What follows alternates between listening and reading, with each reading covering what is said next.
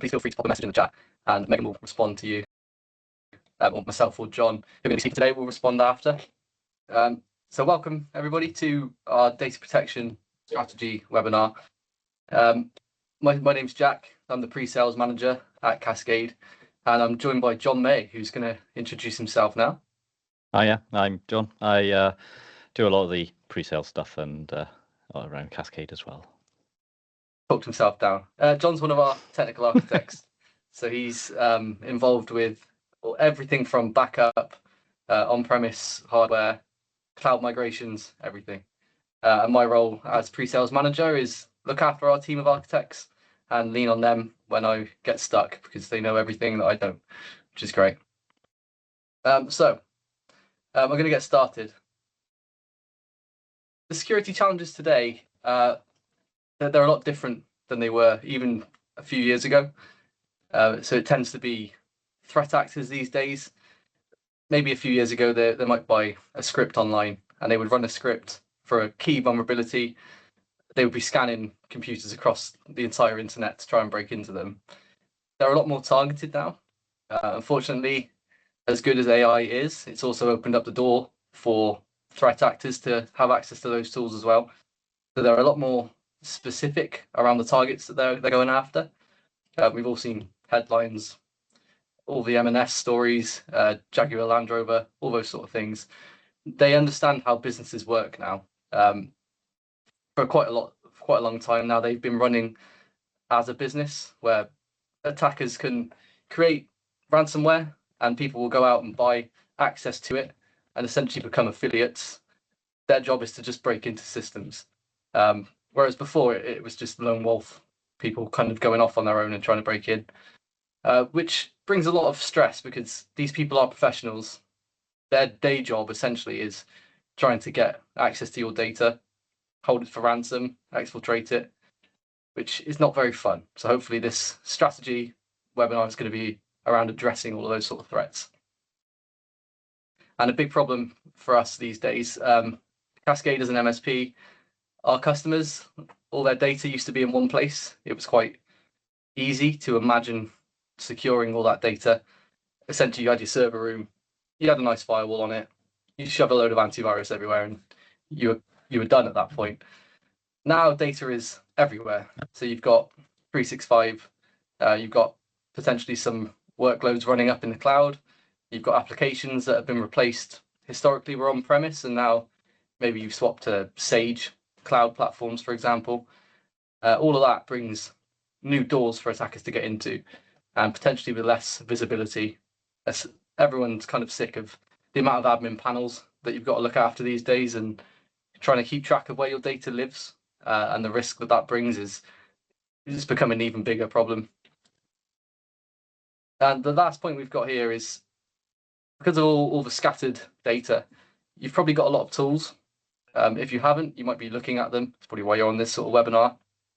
There's a tool for pretty much everything, which makes it really difficult to, if you go on Google and type in anything around security, there's 1,000 vendors offering different ways to solve the same problem. Some of them top tier, expensive, enterprise grade.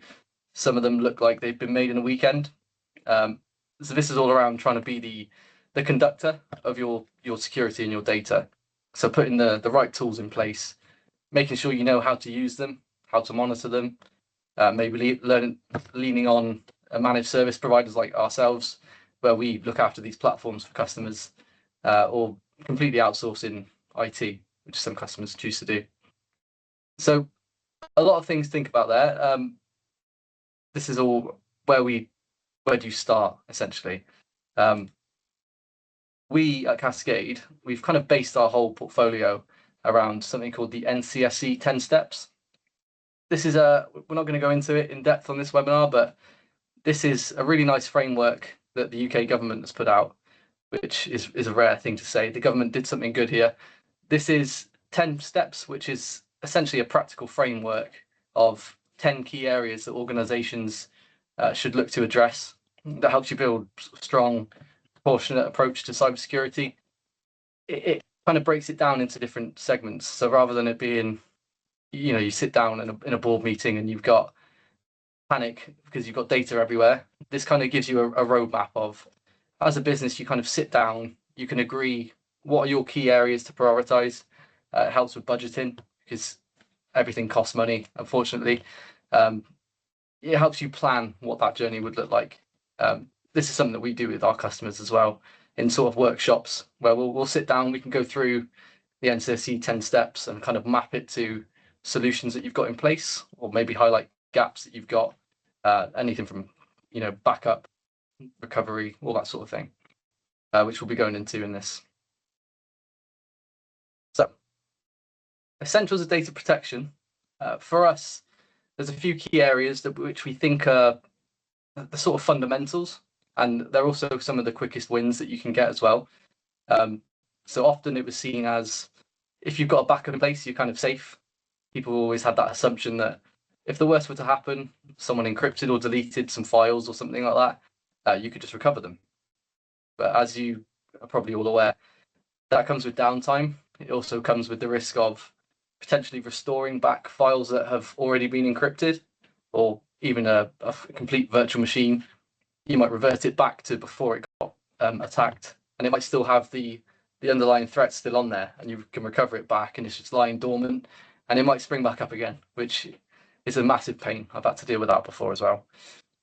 We're going to cover some of the key fundamentals. So at Cascade, the way we sort of approach it is you can't protect data and services and workloads unless you know what you've actually got.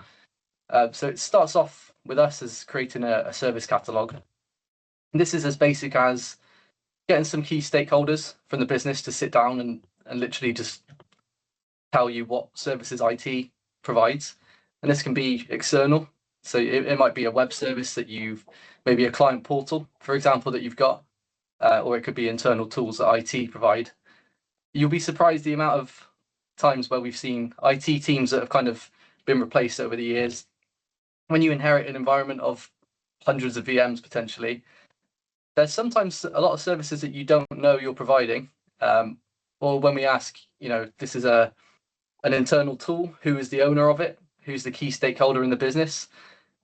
Not always got an answer for that one. So that this aims to sort of map all of that out, which comes under the service discovery and mapping. So we're essentially sitting down, or you sit down, record every single application, every virtual machine, every service, every workload. We map out what data it holds, where it would hold it, and we're also going to map out then who the key owner of that system would be. You're also looking for dependencies as well. So if it is a web service, it's an easy example. You've typically got a SQL database or something in the background. You've got a web server. All of that collectively together, if one thing goes down, you've lost the service. So this is where you map all of that out. And then we're thinking beyond backup and recovery as well. So your data, as I said before, you can't just rely on a backup these days. We're trying to prevent threats from altering data, from exfiltrating it. And this even means things like your users accidentally sending data out. That's still a risk. So for example, if John on the call sent me something internal and I forwarded it out, have you got prevention in place that would stop exfiltration, whether it's deliberate or accidental? We've all been the recipient of an email which we weren't supposed to get. It's always embarrassing for the person that sends it. And we all know the recall button in Outlook isn't very reliable either. And some more tools there. So Microsoft 365 DLP, this is data loss prevention. So this is where you can tag key documents, emails, Teams messages, for example. You give them specific tags. So internal, confidential, and you can apply different rules. So we found this really useful as Cascade. We have a lot of contracts that go in and out. We have a lot of communication with vendors. Sometimes we're going to mark it as external because we're happy for it to be sent back and forth with an external organization. And other times we really want to make sure that, for example, our HR team, if they were to email somebody, we don't want that email getting out of the business. So we're marking it as internal. We can mark things as encrypt. So we can essentially stop that email being able to be read. If someone put it on a memory stick, if people still have those these days, or any cloud sort of storage, it would stop people being able to open that email if you haven't explicitly given them access to it within 365. Strong access controls. We've all heard about role-based access and going through, when somebody leaves or joins, you've typically got a lot of systems that you're giving them access to. It's kind of reviewing holistically, has that person got the right permissions? So it might be that you've got a CRM system. It might be something like Sage. Not everybody needs full admin rights. It's very easy occasionally where, as an IT team, back in my days on the service desk, if someone came up and said, I can't access this file, it might be that there's a specific permission that they need. And rather than trying to find that system, that specific permission, a lot of the times people are just giving higher levels of access. That's become a little bit easier to control since a lot of file servers these days being migrated to systems like SharePoint. It makes it a little bit easier to see permissions, whereas on-premise or file servers, it's a little bit harder. There's an extra step to go through, clicking on properties, things like that. We see this being a real big factor in security going forward. The more, if organizations are looking at Copilot, for example, there's that risk where you don't want that imaginary scenario of John sitting on Copilot and saying, how much does Jack make? And vice versa. You don't want people to be able to access files they shouldn't be able to get. And then resilient backups and rapid recovery. So this is all around, if you have got a backup, great, you should. Historically, it used to be, if you've got a load of VMs running on-prem, you would just back it up to an on-premise SAN or some storage somewhere. A lot of organizations have started to look towards cloud. It's become cheaper over the years and more reliable. Internet connections are better. So that old chestnut of sort of, you back it up to cloud, but you're taking 3 weeks to do your backup and it's a daily backup, that doesn't work. That doesn't really exist as a problem anymore. Same with recovery. So a lot of DR or disaster recovery environments historically were on-premise. We're seeing a lot of organizations move away from that, especially in light of the VMware price hikes. Nobody really wants to shell out on a whole nother set of servers, a load of VMware licenses just for something to be sat there just in case. A lot of the models nowadays are going cloud. Things like the way Cascade does it, I've got a slide later on. You're only paying for storage to replicate virtual machines. You're not paying for compute unless you actually spin them up. So become a lot more affordable. I've got a few more details about the data loss prevention as well. So the policies that we can put in place within organizations, this is all within 365. Like I said, the labels, it's all around stopping data getting outside the organization and making sure it stays in. You can classify data, which helps Copilot know what to look at. It also helps you and your users be able to easily see how important or how an email should be treated, for example. You have to put justification if you want to change a label. That's a good way to sort of track if you've got sent an email which says confidential and a user changes it to external and sends it out. All of that is audited and you can see it in logs. That helps with anytime you do get an inside risk of a breach, it helps document and sort of piece together all of that. Which goes back to the final point there, which is detecting and acting on suspicious or risky behavior. Most threats these days are unfortunately down to users, whether it's they've clicked a phishing email, whether it's they've accidentally forwarded an email. It happens, people make mistakes. So this is around trying to put blocks in place so that your users, as much as they should be cyber aware and thinking about things, we can't, as IT, typically expect all users to know or behave how you would. We're trying to stop the accidents, essentially. So I've talked a lot already, but this is where do we begin? So I'm going to lean on John to give my voice a break a little bit here, but this is just the way that we as Cascade deal with it. This is around putting together the service catalog. I suppose, John, if you could run through some of these sections for me. Yeah, sure.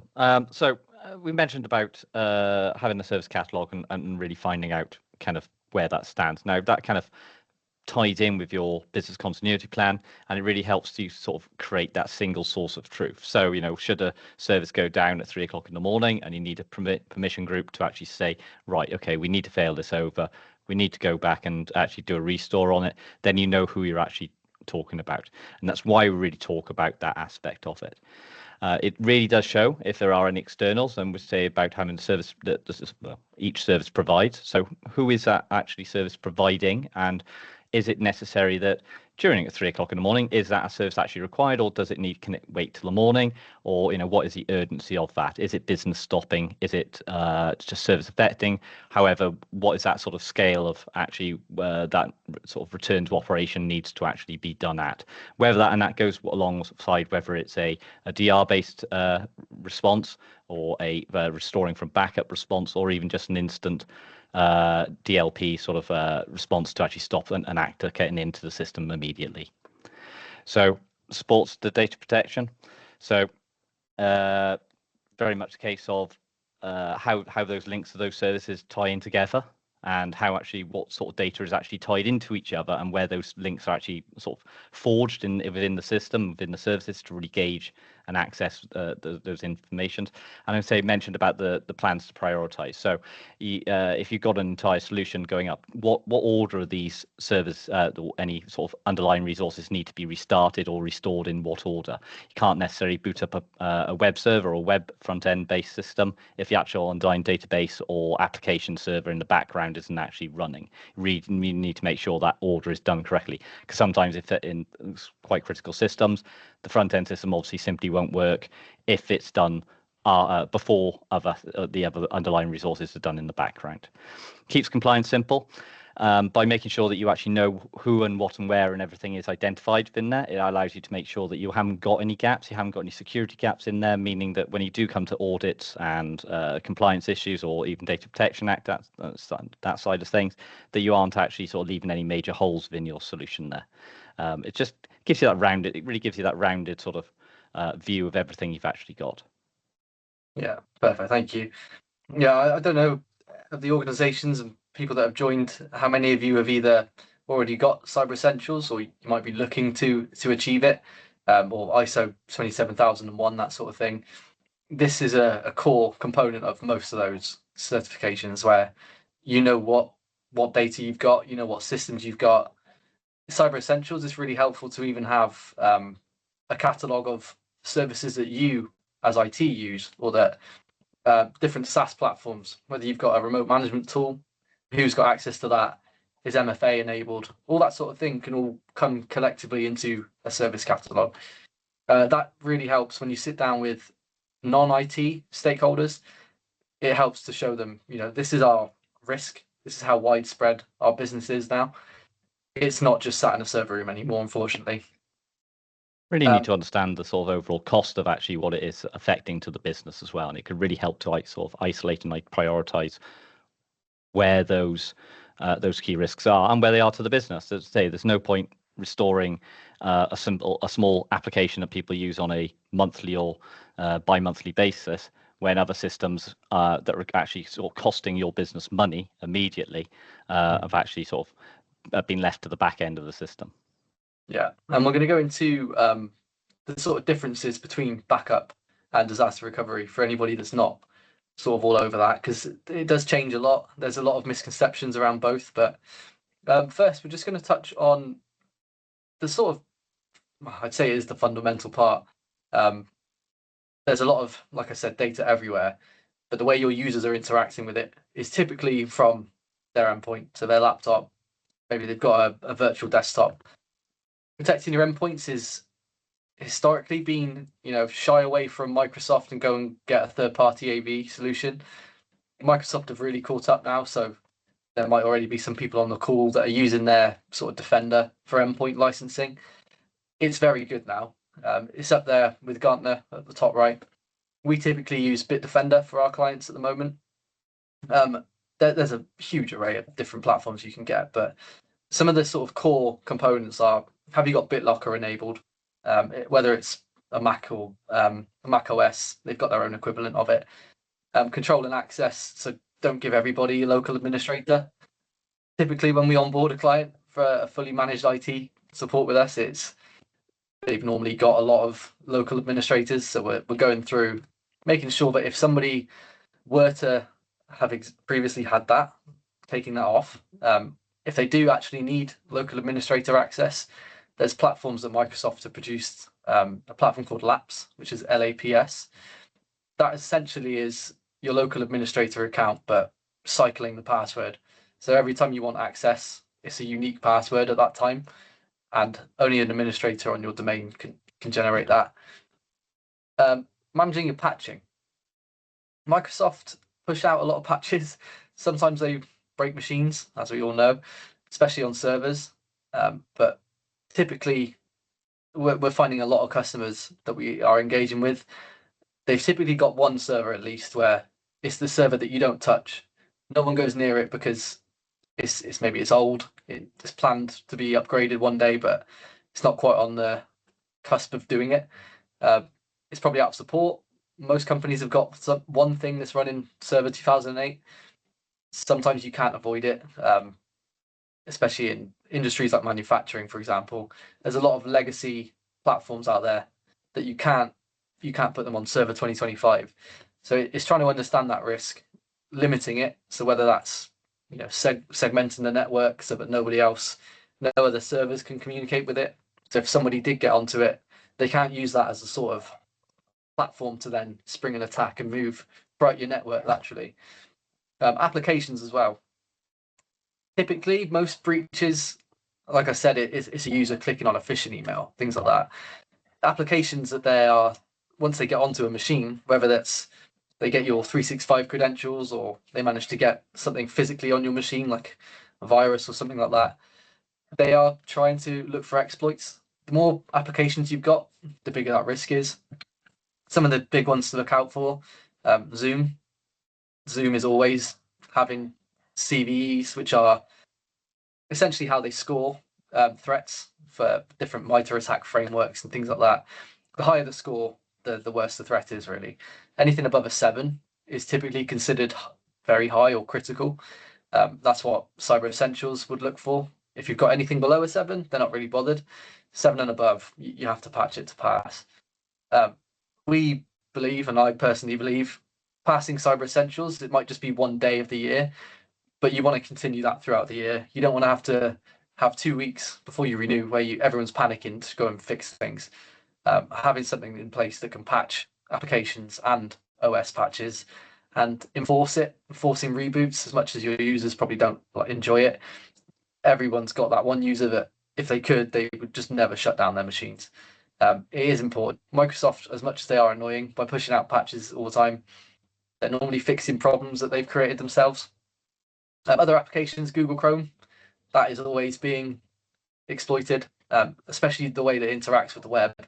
Most people that use it, they're not always tech savvy. Your antivirus is going to do a pretty good job at stopping most of the common threats, but if you're coming on a website that's got a 0-day exploit embedded and your users wouldn't know, that's a big worry for a lot of organizations. Keeping on top of those patches is quite tricky. And finally, then we're talking about detecting and response. So historically, it was, you just go out, buy an antivirus. But most of you have probably started to look towards EDR, so endpoint detection and response. And that's essentially where we're not just seeing a threat and reporting it or trying to block it. We're actually taking proactive steps to stop it spreading. So whether it's a 0-day, it might be looking at behavior on the machine. We might be looking at, we've seen some files that have started to be encrypted on the machine. That doesn't look normal. Lock it down so it would disconnect it from the network. That's the response aspect of it. And the detection becomes essentially another portal, unfortunately, to manage usually. You're going to get an event in a portal, and you can kind of map that across your organization. So you should be able to see, in an ideal world, has this threat been seen on any other machines? When it ran on that laptop, for example, what was it doing? Did it try and contact other machines? Even servers, this is especially important on as well. The next step to that really is, once you've kind of got your EDR, the next evolution is MDR, so managed detection and response, where you've got a third-party security operations center, hopefully 24/7, where they have essentially a list of pre-approved actions they can take on your behalf. So typically, most customers of ours don't work 24/7. threat actors typically do, especially that they're not normally in the UK. They're all over the world, and they know what time IT goes to sleep. Unfortunately, most attacks happen around 2 a.m. When people aren't going to look at the systems. And most of the events, for example, if they were to try and look at backups, a lot of the logs would be diluted by the time that IT come in the morning. Without a system in place that's proactively looking at discrepancies in logs, you're never really going to find them. I don't know when the last time anybody fancies having a look through their sign-in logs in Entra ID, for example, but there's thousands of events for even 100-user company. So having a system that can do all of that for you and then escalate the ones that do look suspicious to train professionals that can kind of piece it all together, that's the next evolution of that. So differences with backup and DR. The most common thing that I hear from customers is, I don't need DR, I've got backup. If I were to get attacked, I just restore the backup. Backups essentially are usually a minimum of once a day, snapshot of maybe your user data, so emails, OneDrive, SharePoint, or virtual machines, typically once a day as well. Some customers do more often, especially if you've got a SQL database, you might be taking hourly snapshots. Backup is in place where if someone deletes a file or becomes corrupted, you want to go in and pick a specific file and put it back, or an email, or even a full VM. If someone accidentally deletes it, it's not a panic moment and you've got time that you can kind of wait, backup's perfect for that. Disaster recovery is the panic button, really. So if all of your virtual machines got corrupted or encrypted, or your hardware blew up or something, you couldn't back up, you couldn't restore your backup anywhere. So disaster recovery is there to be able to continue running your business. As I said before, it used to be a DR room where people kind of felt safe because you're on the same site, but maybe a different room, might be far away. Typically nowadays, people are going to the cloud where you're kind of relying on the big players like Microsoft or Amazon to look after your kit for you. They're a lot more, what would I say? They spend a lot more on everything that could potentially go wrong and preventing all of that. So there's a big pros and cons list for going cloud or on-prem. Typically, there's more pros for going cloud nowadays. So I think we're going to talk about backup briefly. I'll talk about it from a specific cascade view. It's our perfect journey for it. So historically, we used to sell a lot of servers and VMware. We'd sell a SAN, we back it up there with Veeam. Nowadays, it's all gone cloud. So it might be that you're working hybrid. You've got a mix of both. You've got virtual machines at the bottom in the cloud. You've got data in 365. So you might have already moved your file servers. Exchange is no longer on-prem, hopefully. And historically, we had the threat actor at the bottom left there. They know exactly what they're doing. They know what infrastructure looks like. Every attack that we've seen, if someone has a Veeam server, they've tried to get to that Veeam server. They've normally got scripts that do it for them, that will test credentials, it will scan the network, try and find that server. If they get in there, they will delete backups, they'll encrypt them and then delete them. So even if you recover the backup files, they're encrypted as well. So it's a huge nightmare. Our goal essentially is we're spreading out the data. We don't want them to be able to do what they used to do to Veeam to the cloud. So our backup solution that we went out to market probably 3 years ago to try and find what our ideal backup platform would look like. Our customers have got data in a lot of platforms, whether that's Azure.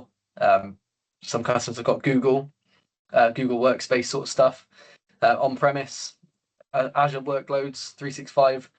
We wanted a platform that could back all of that up in one place.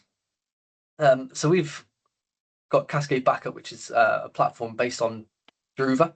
Now, Druva is essentially an immutable cloud backup. So we're taking a snapshot of data, and then it's consistently doing, daily snapshots to keep that up to date. You can go more or less frequent if you wanted to, but most backup platforms that are cloud-based don't have the sort of resiliency that something like Druva would have. There's other competitors out there. We obviously know the most about Druva because it's what we use day in, day out. But this is a platform that if an attacker got onto your network, they couldn't get into Druva. There is no link for them to get there. Even if they did sort of log in with your administrator credentials or something, if they were to delete your backups, Druva have got an offline copy of it, which we could call them up, recover it back. So it's all around trying to put that barrier in place to stop them being able to do what they did to Veeam.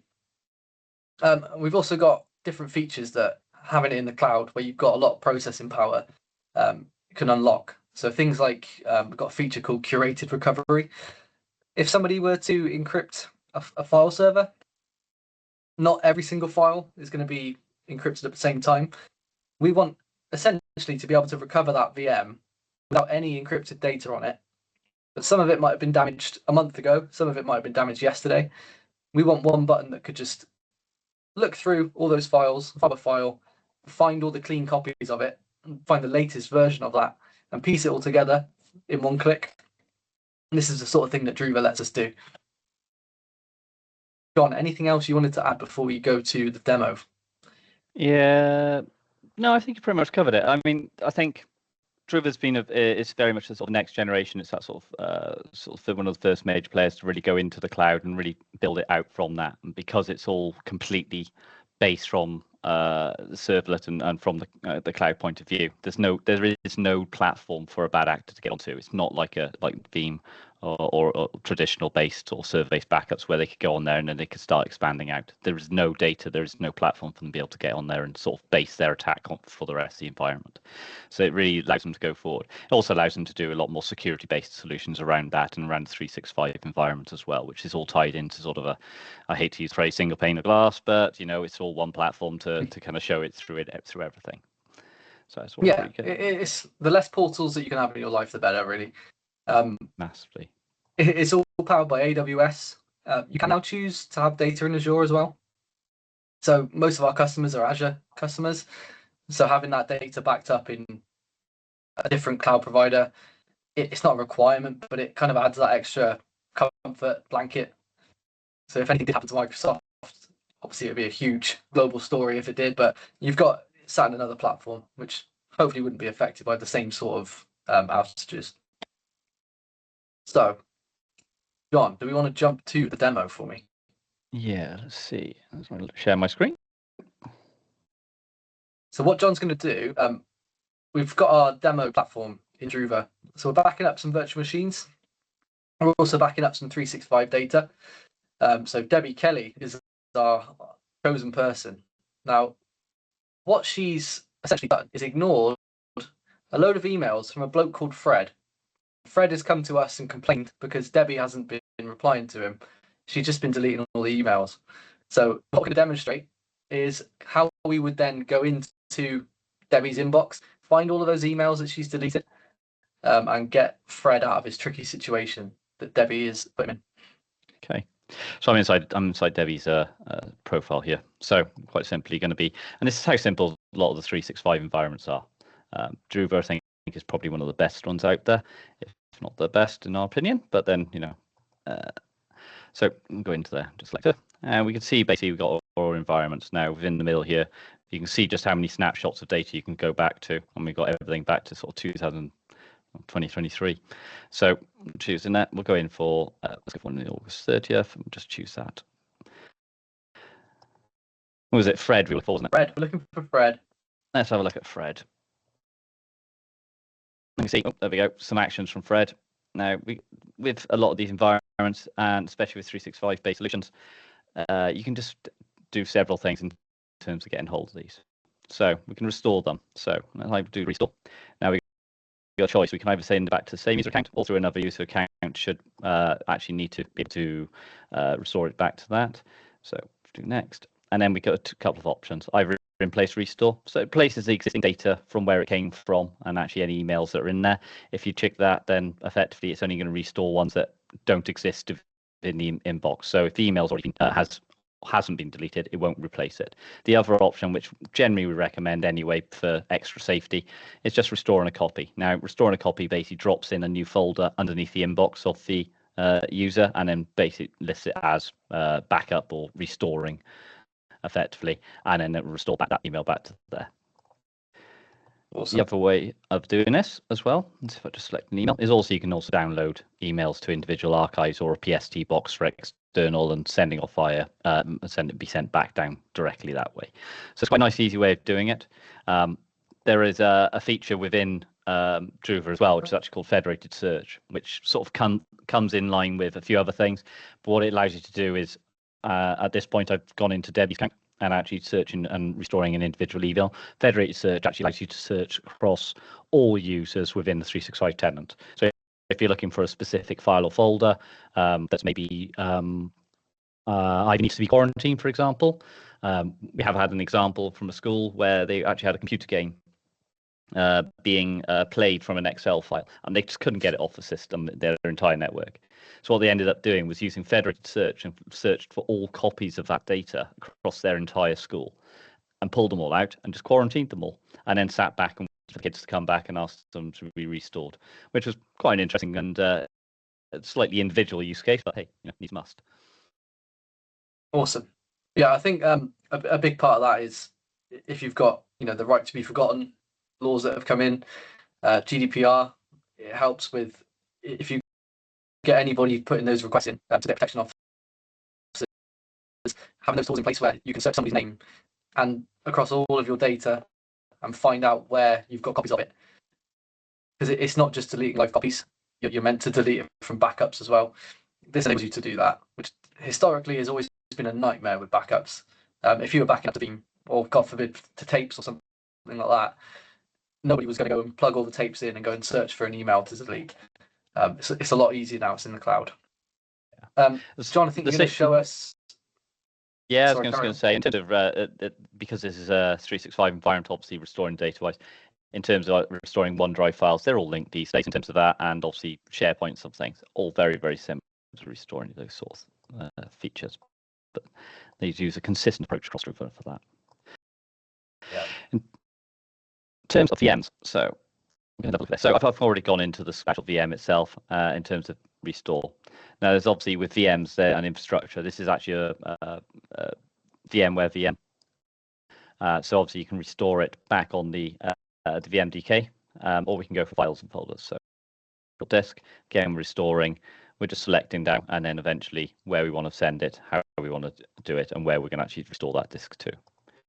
In terms of files and folders, we can go down to the individual trees and selecting for individual files. Now, this is most use cases. Now, people think obviously backup, what's the best way of doing backup? But realistically, we have to kind of think about how and what we're actually going to do with a backup. Are you restoring a whole VM? In which case, you're probably going to want to use the full VM restore. Are you looking for a specific file on a specific server?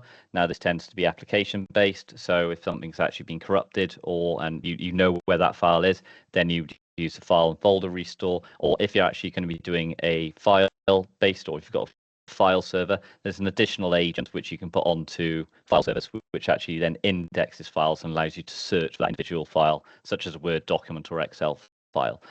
But to be honest, with majority of organizations now moving their sort of file servers over to SharePoint or into Azure Files, for example, that's kind of been almost a slightly diminished response now, but it's still there available. So it's actually just indexing the file off, so it's we'll let that. But in terms of it, what it's going to do is go out and grab the metadata for each individual file on there. I want to do in terms of full VM restore, then effectively you go into that, and then it basically want to restore it. Original location, effectively replacing the existing file server. Obviously, if that's been corrupted and turned off, and after they turn this one on, it would then go off into the VMware environment, and you'd have to go into VMware to actually turn it on. Restoring to an alternative location, you're going back in, deciding where you want to go on the actual setup, and then what volumes, etc., you're going to be putting into, assigning it actually to the network as well, and giving it a different name, because you're going to need to actually run it. Generally, you want to run it as a separate name, or passing it as _recovered, for example.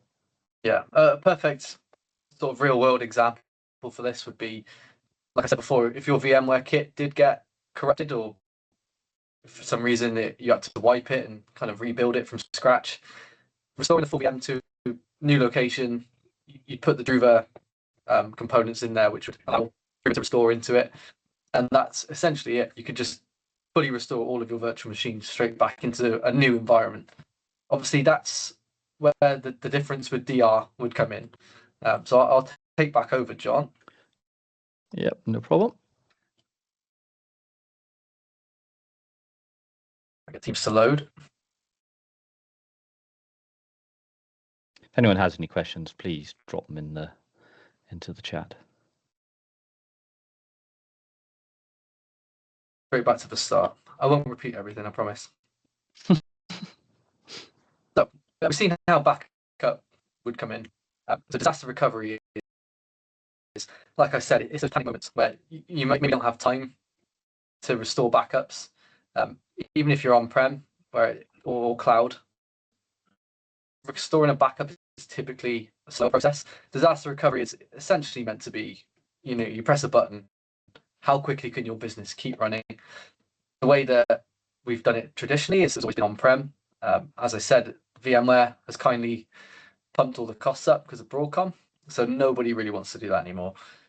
It does seem, when you see it on paper, it's a big investment to have another server room. It's a big investment to pay VMware now.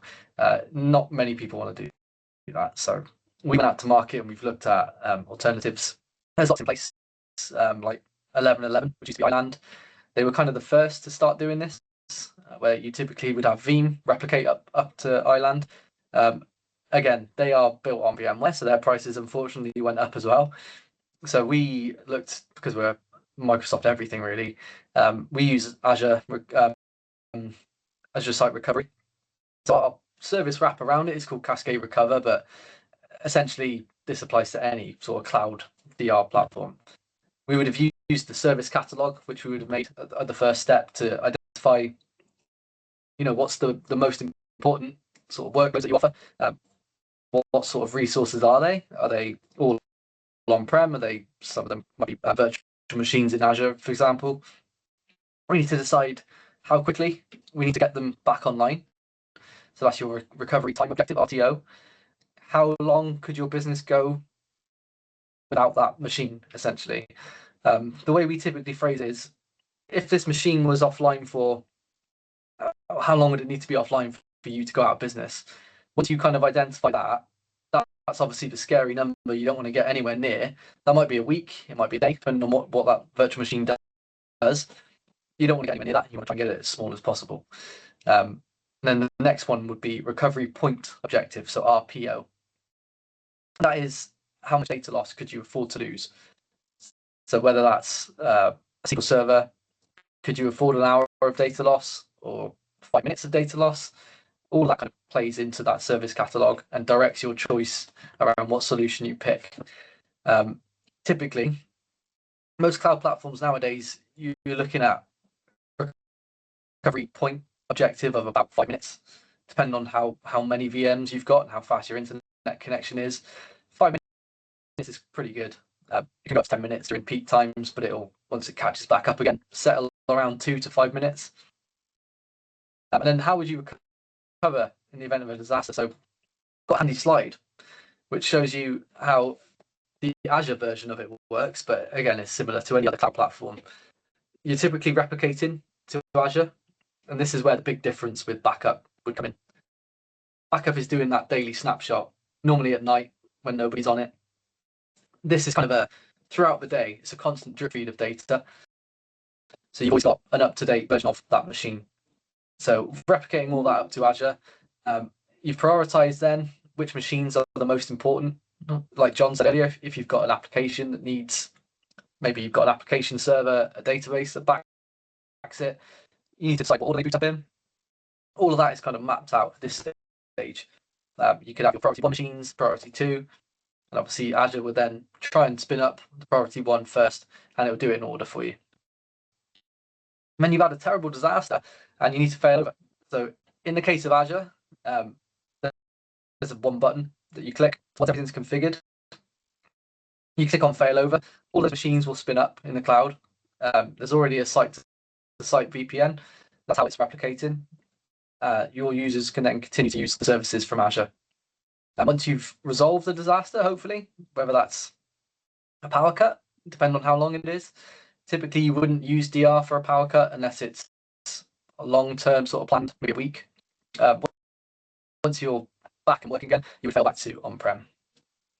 And all of that, any changes that have kind of happened in the cloud would all sync back as well.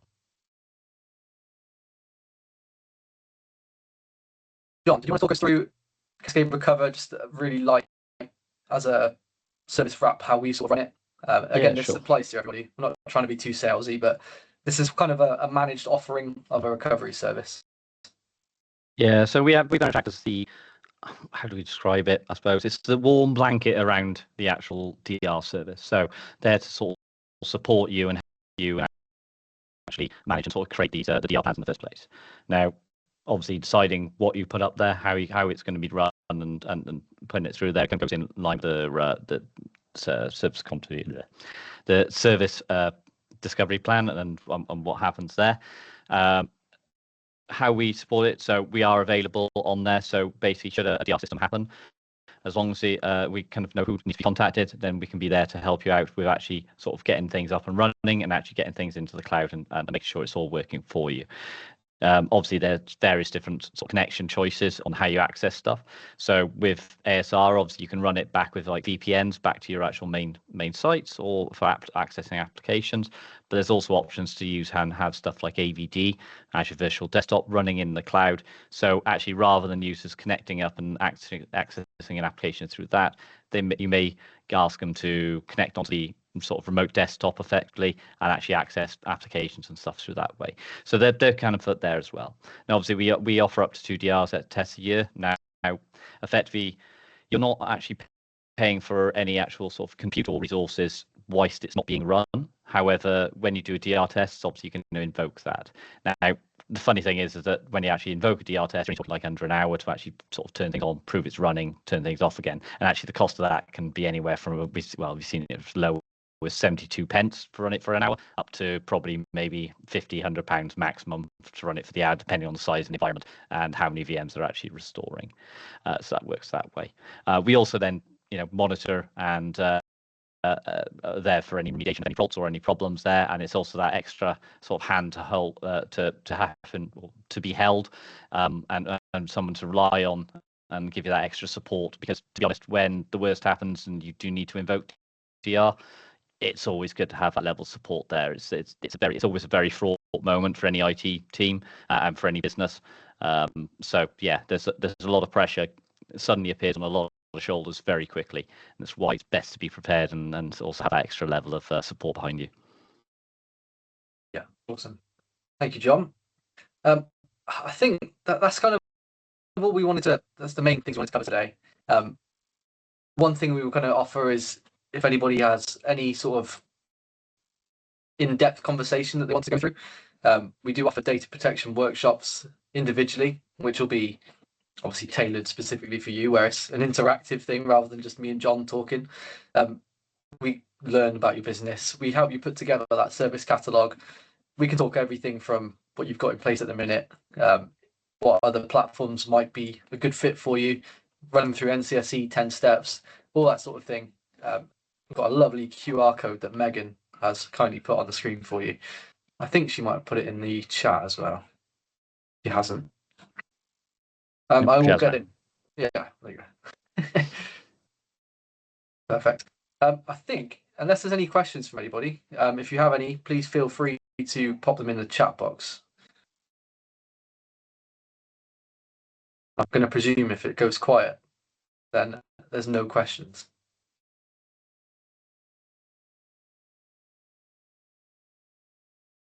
No questions, Jack. No questions. Perfect. If you do have any and you didn't want to ask it publicly in the chat, feel free to reach out to whoever got you to sign up to the webinar. You probably had an email from us or phone calls. Just ask them. We'll happily answer any questions.